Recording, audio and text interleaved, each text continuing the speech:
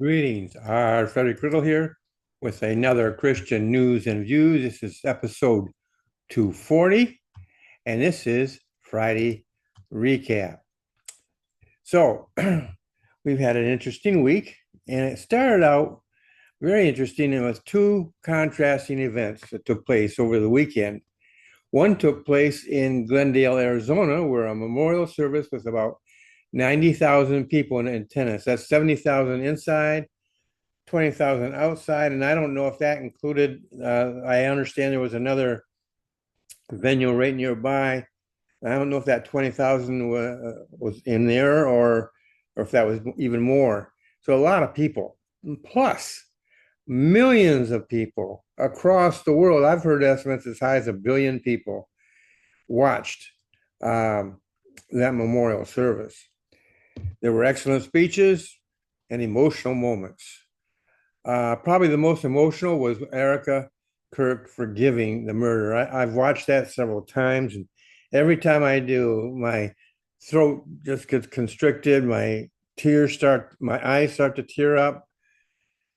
Call me an old fool if you want, but I don't mind that. Uh, it just really was and still is emotional. That's the hardest thing for a Christian to do is to forgive. That's not in our nature, folks. We're human beings. It's not in our nature. We have to, only in the power of Christ can we do that. And that's what she did. She did it. When I watched it, I've noticed it looks to me like she was asking God for strength before she ever said it. And you could see it coming when she got talking about Jesus on the cross. That's when you, at least in this case, I knew where she was going, but didn't change a thing. I was still highly emotional. So in some cases, or in one case, we see something that encourages us, and another that shows God at work. Something that shows God at work. But then there's, on the other hand, there is evil at work. And this was a group of nations, France being one of them, that decided to recognize a group of people as a government, Palestinians. And these people don't like Jews at all. They have built it into their constitution. They build it into just about every document, official document they have. They want to push the Jews into the Mediterranean Sea. Well, that's not surprising. But it's not surprising either that France and other European nations uh, recognize them. That those are the same countries that produced Hitler and the anti-Semitic Nazis.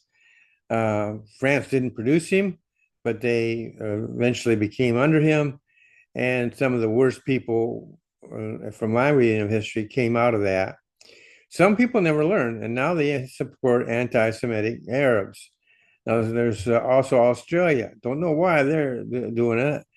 Uh, they're far removed from any of that, and so that might be it. The fact that they're looking at it strictly on a informational basis.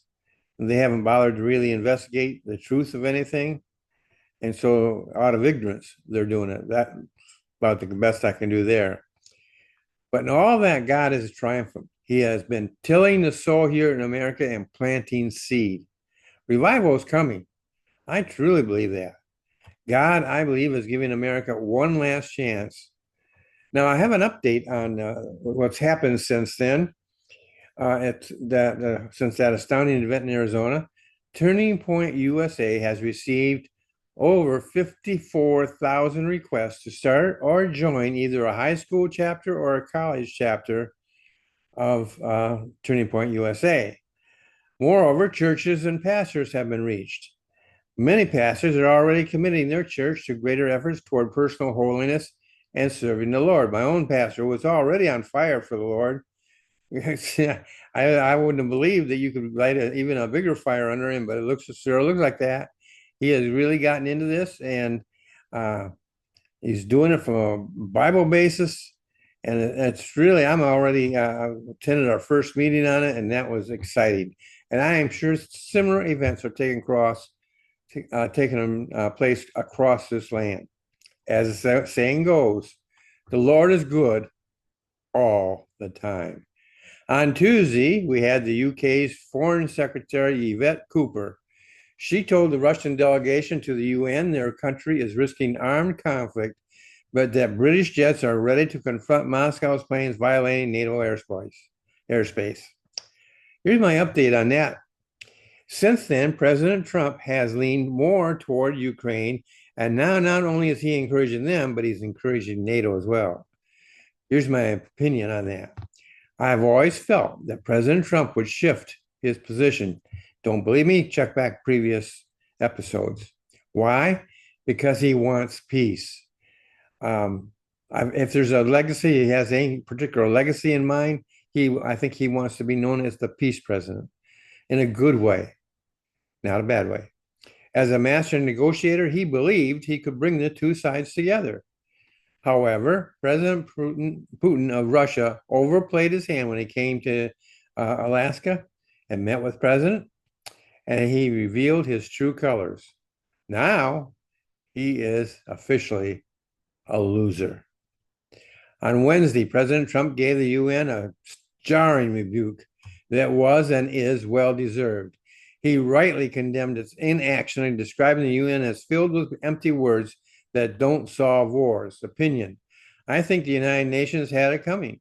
Should have been said decades by previous presidents. Maybe the members of the United Nations will wake up. Not likely to happen, but we can hope. Then on Thursday, we had Bible talk. And in that one, I talked about one of the great things about the King James Version Bible is the ease of memorizing. No other Bible can match it. Some people have memorized large portions of Scripture. I'm not one of them, but I have memorized Scripture over the years. I have my own favorite ones and so forth, but now I find that some of the things I had once memorized, I've forgotten. That's part of aging, folks. Some people, like I said, have memorized large portions, but I have heard of others who have memorized the entire New Testament. Now, that is a fantastic achievement. But I've also heard of people memorizing the entire Bible. That's right. They memorize both the Old and New Testaments. That is very rare, but it has been done. So you might ask how to memorize Scripture. Well, I gave you a partial list. Number one, divide the selected Scripture verses into short phrases or sentences. Write it out, then practice saying it out loud. If individual verses are too long for you to then break them up into easily memorized pieces. Number two, a good method I use is to break the verse into smaller bite-sized parcels that can be heard and memorized easily. That's pretty much along the same lines as number one. Other people memorize large portions at a time. They I don't know if they got photographic memory or what, but they can do it. Number four, if it is a passage, start out with a phrase and slowly add the rest. Again, this relates back to number one. Number five, once you have memorized that portion of Scripture, move to the next phrase. And you can, if you want to, entire Bible. Number six, repeat until the whole passage that is memorized. And then keep moving on.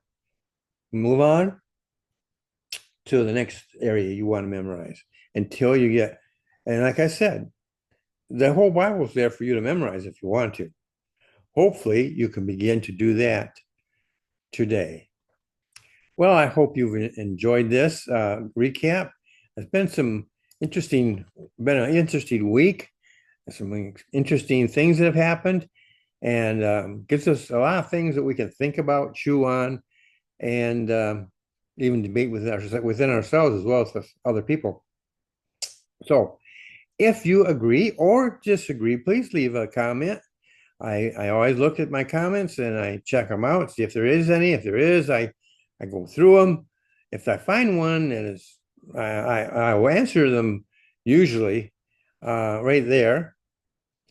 But if I find one that really, I think that really needs to be explored further, I might bring it onto one of these episodes. Well, I always try to inform, encourage, and inspire you. I hope I've done that. That's my goal every time. And you are the only person who can tell me if I moved the needle with you. Well, that's it for today, and I hope you have a great day, and I'll see you in the next episode.